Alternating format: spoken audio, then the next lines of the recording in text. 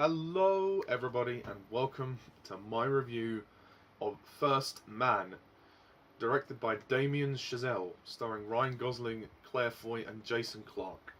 So, First Man, this movie is basically a biographical drama, historical drama of Neil Armstrong, the first ever man to walk on the moon. That's essentially the plot, and it deals with the events of his daughter's death, and Neil Armstrong himself trying to overcome that, and also him getting involved in the Apollo space missions in the 1960s. And the film spans right across the 60s, and it all culminates in Neil Armstrong being the first man to ever set foot on the moon. So, First Man. This is a terrific movie. This is a fantastic film. I really enjoyed this film. It definitely was what I expected it to be. I think that this is a great movie, and I mean we all know the story of Neil Armstrong and all of that and everything that happened leading up to Apollo 11 and all of that. But it's great to see it here. I think that it's a great commemoration of the real life Neil Armstrong's achievements. This is just a terrific film. I think Damien Chazelle is gonna become one of the best directors that we've ever seen. I mean, the only other film I've seen of his is La La Land, so I am now encouraged to go and watch his other movies. I know he's made Whiplash, so that's a movie that I'm going to go and watch again. The First Man is a great movie. The thing about this movie is that it's not necessarily a movie about set in space.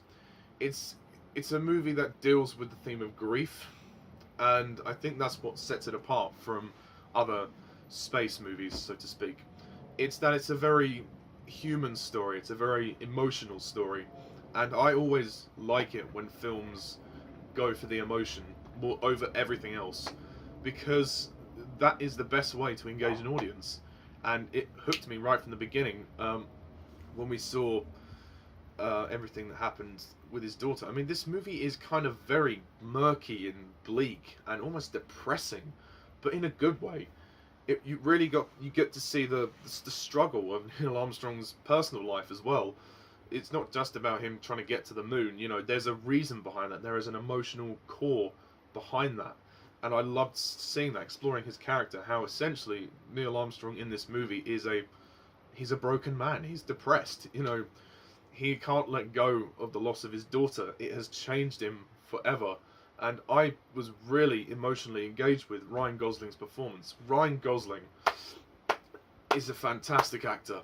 I'm applauding him. What a fantastic performance. If he doesn't get an Oscar for this movie, I will be damn surprised. Or at least if he doesn't get a nomination. Because his performance as Neil Armstrong in this movie is absolutely phenomenal. You believe him. I mean, there are many moments when, you could almost cry. It's so heartbreaking. Some of the scenes he does, some of the scenes he performs, and especially the climax of the movie. Everything is in his face. There's not much dialogue with Neil Armstrong. When he does have dialogue, it's good too. But I almost prefer the moments without dialogue, because you really get to see everything in his face. Ryan Gosling is one of the best actors we've got in the industry at the moment. He is so good in this movie. It's unreal. I mean, there are other cast members too. I won't just sugarcoat Ryan Gosling, but the other cast members also do a great job. We have Claire Foy, who plays his wife, Janet Armstrong. She's very good. I like her role very much. The last scene with the two of them is beautiful. No dialogue, just pure emotion, which is great. Jason Clarke is also in the movie as Ed White. Kyle Chandler is good as well. Corey Stoll plays Buzz Aldrin. He's good as well. Ciaran Hinds is in the movie. He plays the guy who's kind of in charge of the whole operation. Olivia Hamilton is the other female cast member. She plays the best friend known as Pat. And it's, you know, I mean, in terms of how they all do, they do great. They're all very good. They all get their moments to shine. In terms of how historically accurate this movie is, I can't really say, because I am no good at history. I have no knowledge, no supreme knowledge about history. I mean, I know a little bit, but not much. So this movie kind of, I think for the most part, it got everything right. It time jumps quite a lot in terms of years. It time jumps a few years quite often, like right through. I mean, you basically, the whole film is set through the 60s. To put that in perspective. What also works about this movie is the suspense, as well as it being the emotional tale of grief. It's also the suspense moments. The stuff in space is very suspenseful. The journey of going to the moon is very intense, and often Damien Chazelle uses shaky cam quite a lot to create the illusion of suspense and turbulence, of course. And that works really effectively, especially towards the third act of the movie, when, of course, we get to the moon, and there's some beautifully raw emotion in that last scene. And I think there is some archive footage used in this movie. I can't actually remember, because I saw this movie a week ago, so I'm trying to recall my memory. From what I remember, I think there was some archive footage used in this movie, which is good. There are some fantastic moments here, some really great moments. I think it's brilliant. It's a brilliant film. My only criticism of this movie is that it is just ever so slightly too long.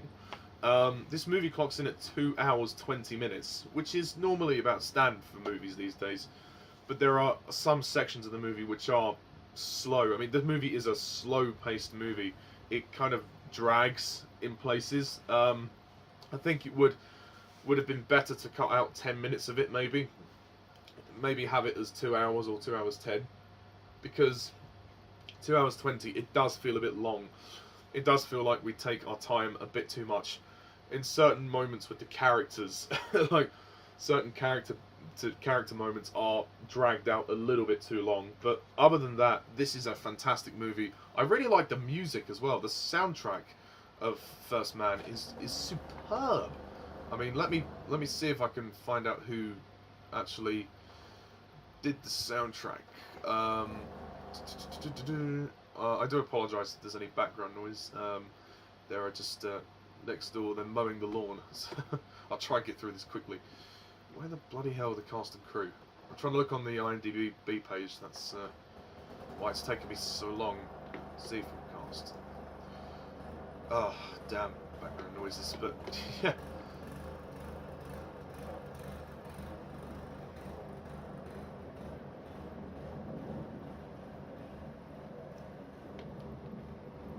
The music is by Justin Hurwitz, who does a really good score, a really soft, kind of somber, emotional score, and also the cinematography is outstanding by Linus Sandgren. The CGI is just wonderful. It all looks so real. I would implore you to go and see this movie in IMAX if you can. I didn't see it in IMAX and I regretted it, because I thought, you know what, I would have got a much more well-rounded experience seeing it in IMAX. So I think I kind of did myself a disservice there. But genuinely speaking, this movie is fantastic. I don't know if it's quite a masterpiece. Almost there. It's just a little bit too long. But other than that, I love this film. I don't know if I'd watch it again. I'd have to be in the mood to watch it, because it is quite a depressing film.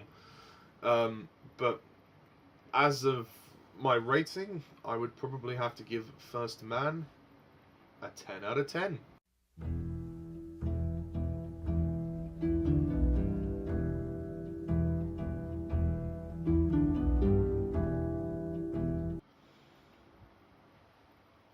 So that's my review of First Man. Please leave a comment down below. Let me know what you thought.